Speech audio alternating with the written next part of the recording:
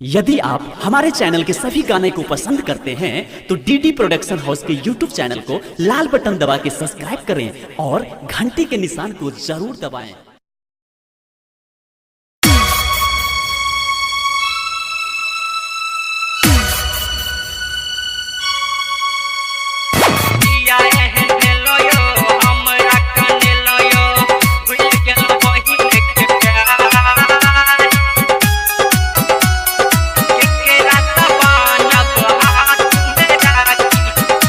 Mixed by Rupam Singh.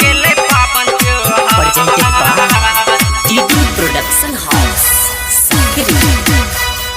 किया एहन भेलो यो हमरा कने लयो भूल गेलो बहिन के प्यार केकरा बान्हब हाथ में राखी आइब गेले पावन त्योहार किया एहन भेलो यो हमरा कने लयो भूल गेलो बहिन के प्यार केकरा बान्हब हाथ में राखी आइब गेले पावन त्योहार आइब गेले पावन त्योहार।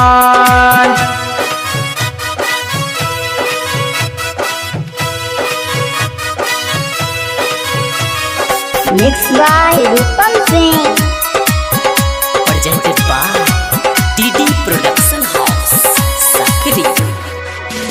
हमर भैया बहिनी सा ए नाने मुँह फुलाबो लेने राखी खोजै छी अहाँ के यो चलि आबू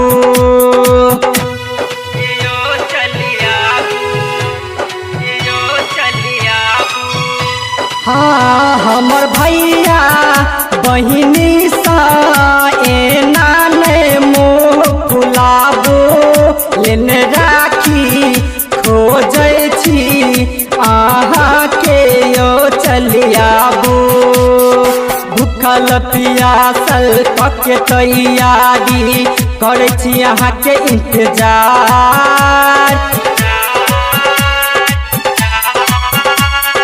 केकरा बान्हब हाथ में राखी आइब गेले पावन त्योहार किया एहन भेलो यो हमरा कने लयो भूल गेलो बहिन के प्यार केकरा बान्हब हाथ में राखी आइब गेले पावन त्योहार आइब गेले पावन त्योहार। presented by DD production house Sakri. Mixed by Rupam Singh.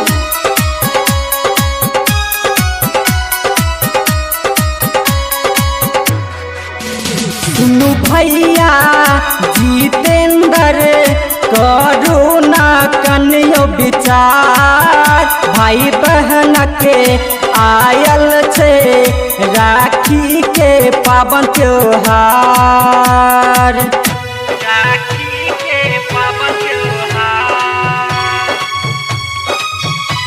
हाँ सुनु भैया रविंदर करू ना कन्यो विचार भाई बहन के आयल छे राखी के पावन त्योहार यादो न एलो यो दूर किया गेलो यो बहिन करैया इंतजार